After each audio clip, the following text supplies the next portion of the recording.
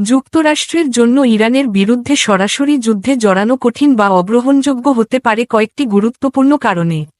১. সামরিক শক্তি ও যুদ্ধের খরচ। ইরান বিশাল ভূখণ্ডবিশিষ্ট দেশ এবং তার সামরিক বাহিনী শক্তিশালী। দেশটির বিপুল পরিমাণ ব্যালিস্টিক ক্ষেপণাস্ত্র, ড্রোন প্রযুক্তি এবং আঞ্চলিক মিত্রগোষ্ঠীগুলো, যেমন হিজবুল্লাহ, হুথি বিদ্রোহী, ইরাকি মিলিশিয়া, যুদ্ধকে জটিল করে তুলবে। মার্কিন সামরিক অভিযান চালাতে গেলে বিশাল খরচ ও লজিস্টিক চ্যালেঞ্জের মুখে পড়বে। ২. পারমাণবিক সংকটের ঝুঁকি। ইরান এখনও আনুষ্ঠানিকভাবে পারমাণবিক অস্ত্র অর্জন করেনি, তবে তাদের পারমাণবিক কর্মসূচি নিয়ে পশ্চিমা দেশগুলো উদ্বিগ্ন। যদি যুদ্ধ শুরু হয়, তাহলে ইরান হয়তো দ্রুত পারমাণবিক অস্ত্র তৈরির পথে এগিয়ে যাবে, যা পুরো মধ্যপ্রাচ্যকে অস্থিতিশীল করে তুলতে পারে। ৩. আঞ্চলিক উত্তেজনা ও মিত্রদের হুমকি। যদি যুক্তরাষ্ট্র ইরানে আক্রমণ চালায়, তাহলে ইরান পাল্টা হামলা করতে পারে মধ্যপ্রাচ্যের মার্কিন ঘাঁটি, সৌদি আরব, ইসরায়েল ও উপসাগরীয় দেশগুলোর ওপর।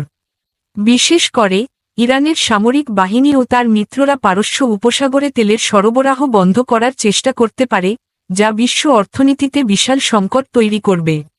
৪. জনমত ও কূটনৈতিক প্রভাব।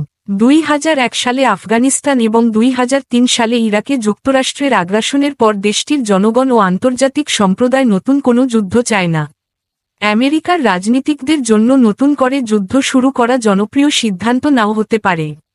৫. বিকল্প সমাধান ও কূটনৈতিক প্রচেষ্টা। যুক্তরাষ্ট্র এখনও ইরানের বিরুদ্ধে অর্থনৈতিক নিষেধাজ্ঞা, সাইবার আক্রমণ, গোয়েন্দা কার্যক্রম এবং মধ্যপ্রাচ্যে সামরিক উপস্থিতি বাড়িয়ে চাপ সৃষ্টি করছে। সরাসরি যুদ্ধের বদলে এই কৌশলগুলো ব্যবহার করাই যুক্তরাষ্ট্রের জন্য বেশি যৌক্তিক হতে পারে। সারসংক্ষেপ: যুক্তরাষ্ট্রের জন্য ইরানের সঙ্গে সরাসরি যুদ্ধ মানে হবে বিশাল অর্থনৈতিক, সামরিক ও রাজনৈতিক ঝুঁকি নেওয়া। যুদ্ধের বদলে কূটনৈতিক চুক্তি, নিষেধাজ্ঞা ও আঞ্চলিক মিত্রদের দিয়ে চাপ প্রয়োগ করাই যুক্তরাষ্ট্রের জন্য বেশি বাস্তবসম্মত কৌশল।